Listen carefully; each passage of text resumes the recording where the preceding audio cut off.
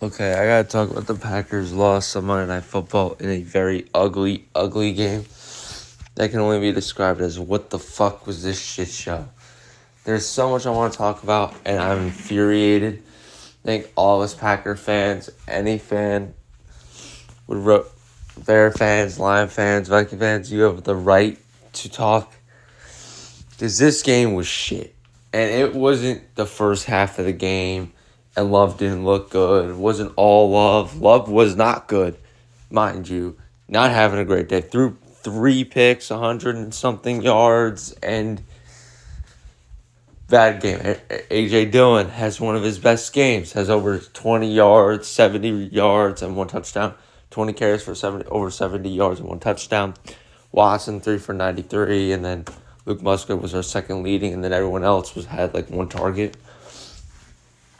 This game was terrible. It was a shit show. It was terrible. The way we played this game was awful. And there's so much more that happened in this game that I can only really want to talk about, and there's so much more left I have to talk about. But just the first thing. Jordan Love had 3 terrible picks. And the final one was the dumbest decision that I've seen them do. But it's not even... All of this isn't... Jordan Love does deserve some blame. Correct. I think that's fair. I think Jordan Love did not have his best game. And no, he did not. He looked awful. We still don't know what he is in 6 weeks. We haven't really seen improvement. And this is something that's concerning for a Packers fan who we don't know the future of this team. And there's problems stirring. First of all, Jordan Love, mind you how bad he played. Mind how bad he played. I hated the offensive play calls. The play calling in this game was terrible. The running was working. We stopped running what was working. And on the final play of the game, we threw a deep pass to Watson, which was picked by the Andre Robertson guy in the back corner of the end zone. It was picked off. Why are we having Jordan Love throw a deep pass in the end of the game when all you could get was 5 yards, get out of bounds, stop the clock, continue to do what was working? But no. Matt LaFleur, I would blame the majority of this game on Matt LaFleur more than Jordan Love. Jordan Love deserves some blame and obviously did not have a great game from what you would see. But more of this, you set your QB to fail. You set your QB up to fail with the mistakes you continue to make. Throwing deep shots down the field when that's not what you should be doing. Being down a touchdown, all you need is easy yards, and you make it more complicated to get that. This was an infuriating loss, an aggravating loss, and just the way this loss happened to me, it goes on to what I've been saying. The Packers need to be better. They have to play better. It starts from the first game all the way to the last game. The Packers got to play better than that. Defensively, rough game too. But they did enough to give us the win. They did enough.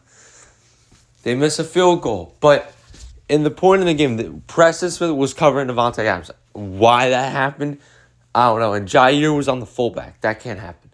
You cannot have your best corner on a fullback, and you cannot have your defensive end covering the best receiver, a top 5 receiver in the NFL, which we held Devontae only to 1 reception in the first half, and then he had his game. Jacoby Myers with the touchdown, but the defense, besides that, did set us up for the win.